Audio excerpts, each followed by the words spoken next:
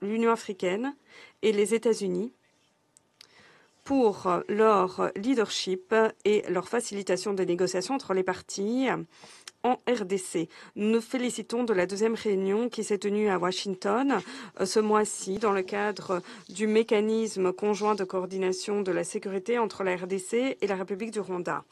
Nous exhortons toutes les parties à poursuivre les négociations de bonne foi afin de parvenir à une solution politique durable. Les parties doivent s'acquitter pleinement de leurs engagements et honorer les dispositions de la résolution 2773, dont le retrait des forces de défense rwandaises du territoire de la RDC. En deuxième lieu, nous condamnons les violences perpétrées par les groupes armés dans l'est de la RDC.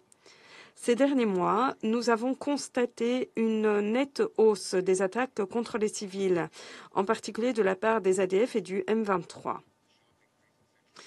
La forte hausse des violences sexuelles en 2025, telle qu'indiquée dans le rapport du secrétaire général, nous préoccupe particulièrement. Nous demandons instamment à toutes les parties de protéger les civils et de faciliter l'accès humanitaire aux populations vulnérables conformément au droit international humanitaire. Le Royaume-Uni se targue d'apporter son concours aux efforts humanitaires dans l'est de la RDC en ayant versé près de 80 millions de dollars d'aide vitale lors de cette année fiscale.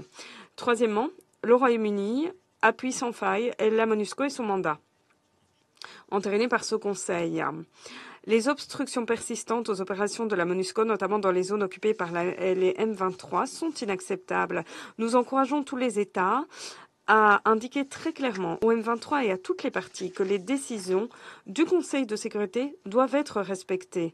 Et nous encourageons la représentante spéciale à continuer de nous présenter des exposés sur les progrès dans la levée des restrictions à l'action de la MONUSCO. Je remercie le représentant du Royaume-Uni et je donne la parole à la Grèce. Thank you, Mr. President. Merci, Monsieur le Président. Je tiens à remercier la représentante spéciale du secrétaire général, Madame Keïta, de son exposé circonstancié